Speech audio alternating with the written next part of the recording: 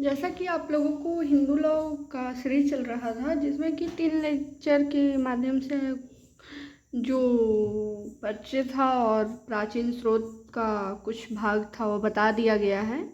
आज हम लोग स्मृति को पढ़ेंगे। स्मृति से पढ़ने से पहले कुछ हम लोग आगे की बहुत जल्दी क्विकली रिवीजन कर लेते हैं। हमने पिछले वीडियो में पढ़ा प्राचीन स्रोत। प्राचीन स्रोत को 4 वर्गों में बांटा गया है: श्रुति, स्मृति, टीका, टिप्पणी, प्रथा।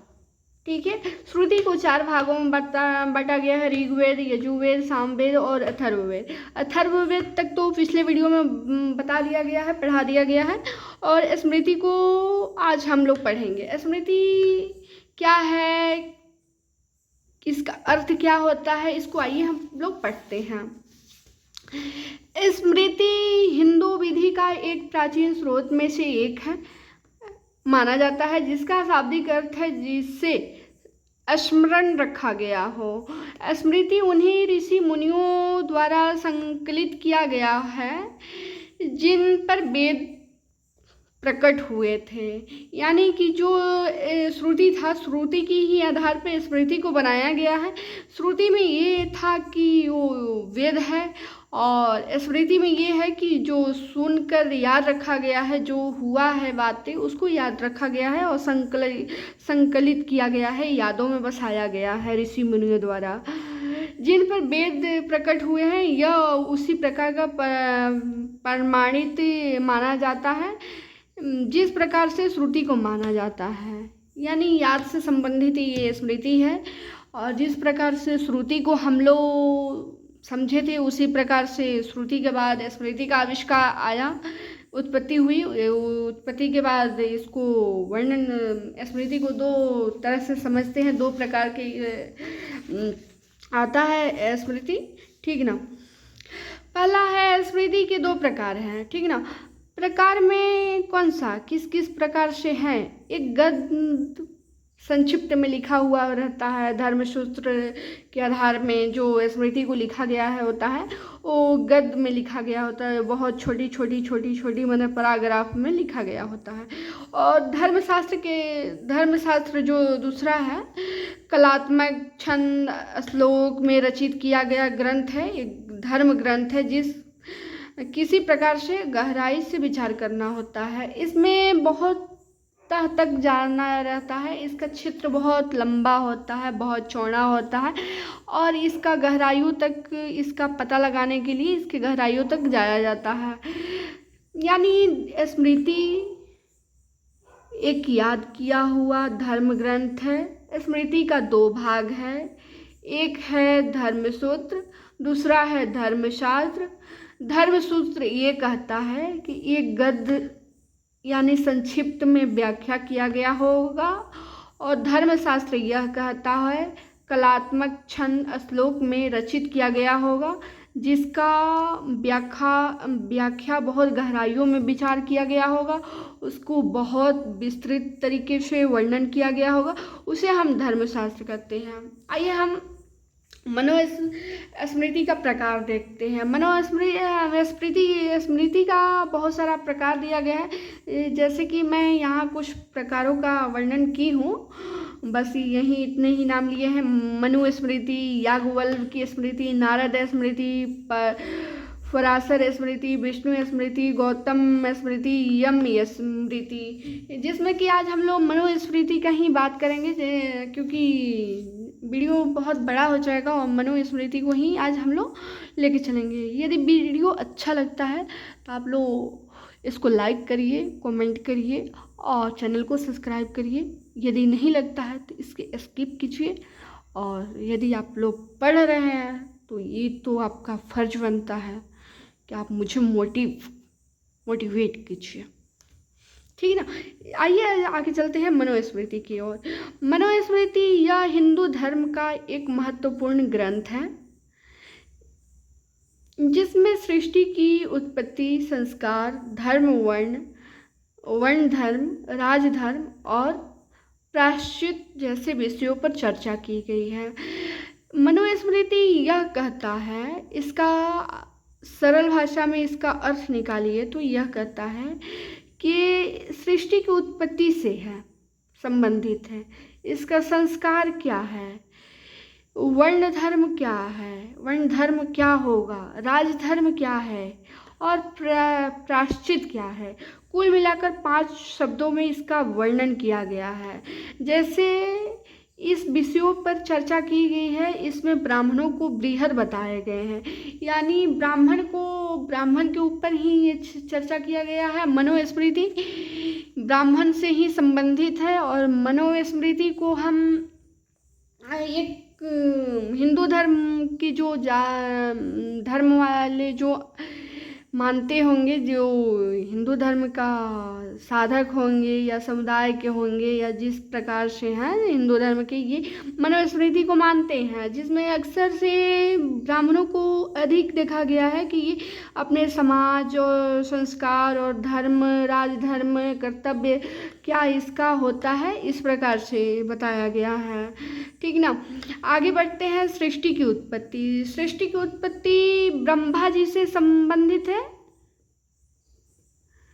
ब्रह्मा जी से संबंधित है, जिसका सृष्टि की उत्पत्ति आप लोग ने भी सुना होगा। ब्रह्मा जी जो होते हैं, इनका रचयिता होते हैं, उत्पत्ति करने वाले होते हैं, जिसमें कि ब्रह्मा जी का मुख से यानी माउथ से ब्राह्मण का जन्म होता है, और जो क्षत्रिय होते हैं ब्रह्मा जी का भुजा से यानी भुजा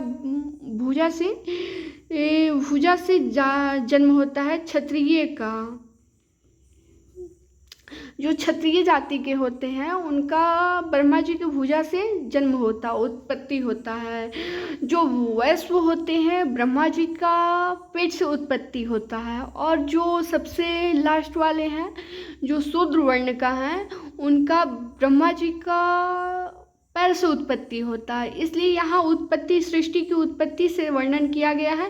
पहला नंबर आप तो समझ गए होंगे, पहला है ब्राह्मण की, जो ब्रह्मा जी हैं। पहले ब्रह्मा जी को समझिए। ब्रह्मा जी एक देव हैं, देव हैं जिन्होंने ब्राह्मण को मुख से जन्म दिया है, क्षत्रिय को भुजा से अपनी जन्म दी है, और वैश्य को अपने पेट से जन्म दिए हैं। ब्रह्मा जी चौथे जो शूद्र वर्ण के लोग आते हैं उन्हें पैर से जन्म दिया है। यही सृष्टि का उत्पत्ति का आधार माना जाता है, और यहीं से सृष्टि की उत्पत्ति का हम लोग आधार मानते हैं, और यहीं से आगे संसार की उत्पत्ति होती है और मनुष्यों की उत्पत्ति होती है। और दूसरा आइए संस्कार। संस्कार क्या है? संस्कार वह है जो जन्म से मृत्यु तक का वर्णन किया गया है। संस्कार विधि होता है, जैसे रिचुअल होता है, जैसे कस्टम हो गया, इसी प्रकार की विधियाँ बनाया गया है कि जो जन्म होता है तो जन्म के समय में कौन सी विधि उपयोग किया जाएगा, योगपति किया जाता है उस समय कौन सा किस प्रकार की विधि वर्णन किया जाएगा। उसके बाद आपको यदि किसी के विवाह होता है उस समय किस प्रकार की विधि उपयोग किया जाएगा, मृत्यु होगा तो उस समय किस प्रकार के आप संस्कार का वर्णन करेंगे, इस संबंधित होता है। उसके बाद आइए हम वर्ण धर्म का वर्णन करते हैं।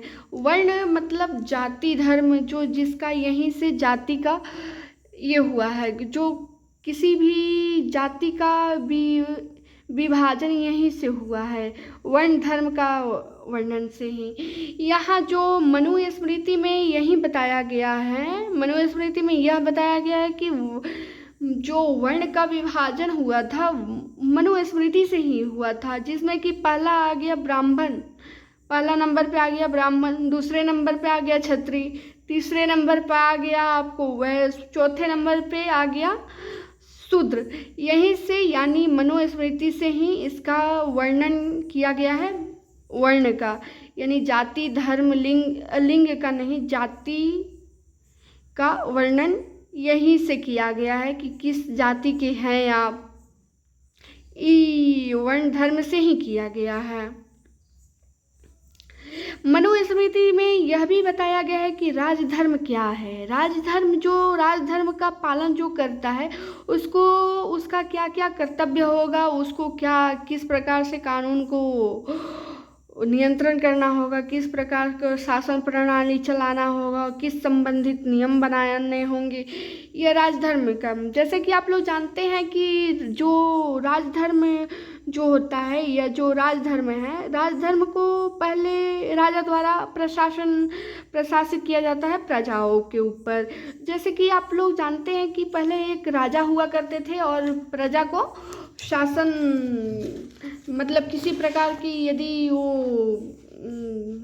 गलत या चोरी या डकैती किसी प्रकार की करते थे तो उनके दरबार में, राजा के दरबार में ले जाया जाता था और उन्हें दंडित किया जाता था। तो वहीं यहाँ राजधर्म को बताया गया है। राजा और राज्य के कर्तव्यों, कानूनों और शासन प्रणाली से संबंधित नियम बताए गए हैं। यानी कि ये राजा है तो उसका राज कर्तव्य क्या होगा, उसका कानून और शासन प्रणाली क्या होगी, उससे संबंधित यहाँ राजधर्म में बताया गया है। इससे अधिक कुछ नहीं बताया गया है।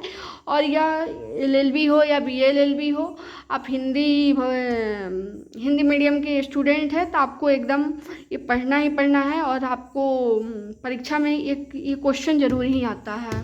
इसलिए आप बहुत अच्छे से पढ़िएगा, और बहुत अच्छे से नहीं पढ़िएगा तो नंबर अच्छा नहीं मिलेगा। एकेडमिक वाले नंबर बिल्कुल अच्छे नहीं देते हैं। जो अच्छे से पढ़ेंगे, जो बच्चे अच्छे में बहुत मेहनत से पढ़ेंगे, उन्हीं को नंबर मिलते हैं, बाकी किसी को नंबर नहीं मिलते हैं। बहुत सारे हमारे बैच में तो बहुत सारे फेल हुए थे हमारे समय, और क्लास में बहुत अच्छे से डीप्स में भी नहीं पढ़ाया जाता है। और आपको यूट्यूब पे भी देख रहे हैं कि बहुत अच्छे से इसको वर्णन नहीं किया गया है। स्मृति चाहे किसी भी प्रकार का हो, किसी भी लास्ट है प्रायश्चित। प्रायश्चित से ये संबंधित है कि यदि किसी प्रकार से आप गलती करते हैं उसे प्रायश्चित करना होगा, और ये मनुस्मृति में बताया गया है। और किस तरह से प्रायश्चित आपको करना है इससे संबंधित इसमें 5वां में बताया गया है। और यदि हमारा वीडियो अच्छा लगता है तो इसे लाइक करिए, कमेंट करिए और चैनल को सब्सक्राइब करिए और मोटिवेट कीजिए हमें कि कैसा आपको लगता है। बताइए हमें कि किस प्रकार से लगता है हमारा वीडियो, क्योंकि ये यूट्यूब पे, पूरे यूट्यूब पे खोज लीजिएगा, हिंदी में कहीं नहीं मिलेगा। और यदि हिंदी मीडियम के आप हैं तो ज़रूर इसे देखिएगा। और मेरा यह रिक्वेस्ट है कि आप बहुत अच्छे से इसे देखिएगा। Bye bye, thank you.